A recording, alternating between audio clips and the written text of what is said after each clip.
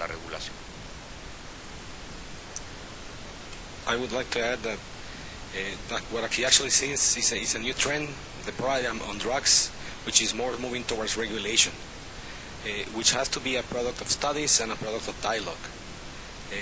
There seems to be two paradigms in extremes. One is being prohibition, and on the other extreme being liberalism, but he actually thinks what is really moving forward is the issue of regulation.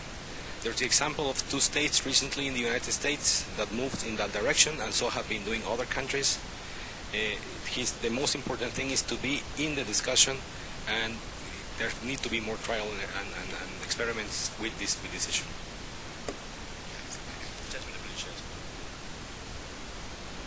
Philippe Legassi, Swiss Television. I will ask this question, even in a time of austerity, is it possible to raise money to fight drug?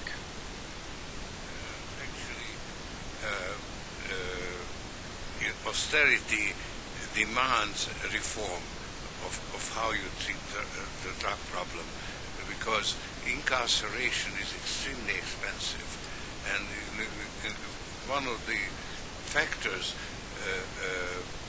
favoring reform in America, where basically reform is needed, is the financial crisis that local and state authorities have. So, for instance, in California, the state spends more money on the prison system than it spends on the education system. Now, to me, that is an intolerable state of affairs. So, reducing the imprisonment of non-violent drug offenders is one of the obvious remedies to reduce expenditures. And there is a bipartisan support for this. And the problem is that some of the people or governors, politicians who favor reducing incarceration are not willing to spend money on alternative like treatment, and that is an issue on which different advocates have different visions. But I think that the cost of alternatives is significantly lower than the cost of incarceration. Tal vez aquí solo agregar que para los gobiernos y para los estados es sumamente difícil, especialmente estados como Guatemala, los estados de Centroamérica. Es muy difícil estar poniendo recursos en la lucha contra las drogas, que hay que ponerlos, pero descuidamos por otro lado otras áreas que son muy importantes, los programas sociales, la lucha contra la pobreza, la lucha contra el hambre, que requieren recursos que los tenemos que estar desviando ahora para la lucha contra las drogas. Creo que ese es un tema muy importante para países como nosotros. Y solo la última parte le digo, la industria de las drogas ocupa hoy el tercer lugar a nivel mundial, después de la industria de alimentos, después de turismo. Las drogas mueven 360,000 millones de dólares, lo cual hace muy difícil para estados como nosotros estar en una lucha en contra de esta industria, si se le puede llamar así, de las drogas, que está trayendo armas, dólares ilegales, lavado de dinero, y los estados con recursos muy limitados. For governments in places like Guatemala, Central America, it is really difficult to put resources in the fight against drugs instead of putting it in other social, more important issues like the fight against poverty, education, health, and other social programs, which those resources need to be redirected towards the fight against drugs, and it's a really very tough and very difficult choice to make, particularly because we're fighting this gigantic industry which represents $360 billion a year in the world, and it brings guns, it brings money laundering, it is extremely powerful. So redirecting those resources towards the fight against drugs for country with limited budget like Central America is a very, very hard case to make. I would like to add that Switzerland is a country that offers a very, very good alternative of dealing with drugs. That has been very successful, and obviously it has, I think, gained widespread approval. Thank you. Now we're on a tight schedule for this one. I'm going to try and take two questions. The gentleman in the second row and the lady in the fourth row. If we can have both your questions, and we'll see if our panel can answer them.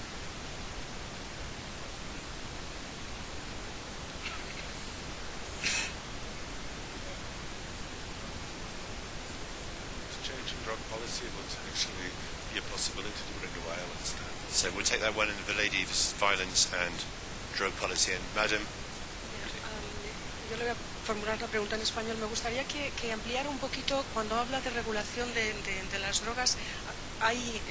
Todas las drogas, solamente una parte, en algunos países se están llevando experiencias con las drogas más blandas, pero el gran problema de América Central es sobre todo la cocaína. Y otra cosa, ¿hay alguna posibilidad de que se haga un acuerdo también con las maras como se está haciendo en El Salvador para evitar tanta violencia y sobre todo reducir la tasa de mortalidad? Gracias. And for our benefit, could you give us a summary of that question in English, please? To ask him two questions, if he could say in the regulation or the proposals in the regulation of the drug system, what he proposes, all the drugs, only some of the soft drugs. Okay, so some regulation or a degree of regulation. Yeah, because the big problem in Central America is not. Let's take those two first. So we have first question is on violence and drugs policy and whether drugs policy changes right given the violence, and the second question, Mr. President, is on what degree of regulation. El tema de la violencia, quiero contarle que en Guatemala, a pesar de desplazamiento de carteles mexicanos hacia Guatemala, hemos logrado este primer año de gobierno reducir la violencia en nuestro país. Dimos pasos importantes en reducir en la capital de Guatemala, logramos reducir un 23% los homicidios comparado con el año anterior. Es una muestra que a pesar de la actividad nosotros vamos a seguir luchando para reducir la violencia en nuestro país. Ahora le quiero contar que la violencia en Guatemala está entre un 40 y 50% de los hechos delictivos y homicidios están directamente vinculados al tema de las drogas. Es decir, este es un hecho muy, muy importante que es importante pues resaltarlo, porque obviamente si encontramos otro camino para lograr evitar esa guerra contra las drogas, nosotros estaríamos reduciendo un 50% de la violencia en nuestro país.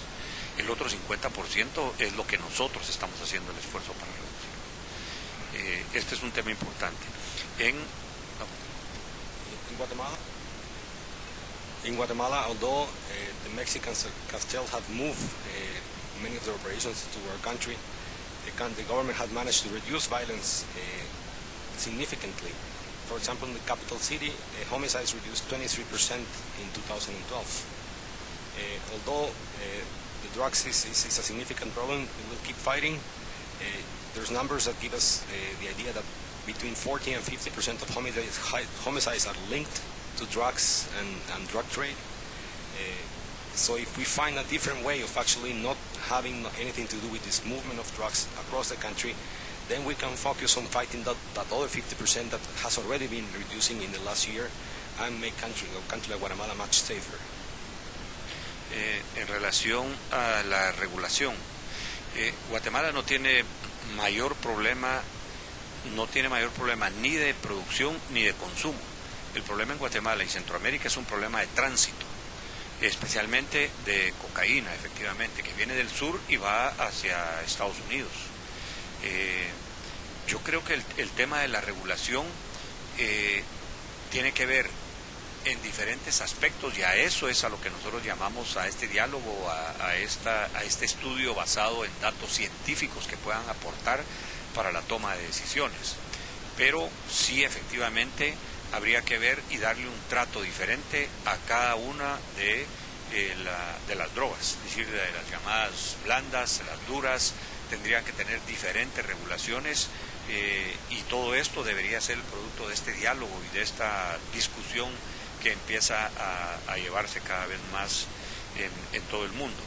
Pero sí es una regulación que debe de darle un trato diferente a cada una de las drogas que existen y que se consumen. Y por supuesto que esto debería ir acompañado con programas de educación, de prevención y temas de salud. In relation to regulation, to the question of regulation, Guatemala actually has no problem with production or consumption of drugs. Essentially, in Guatemala, cocaine mostly moves from South America towards the market of the United States and other northern countries.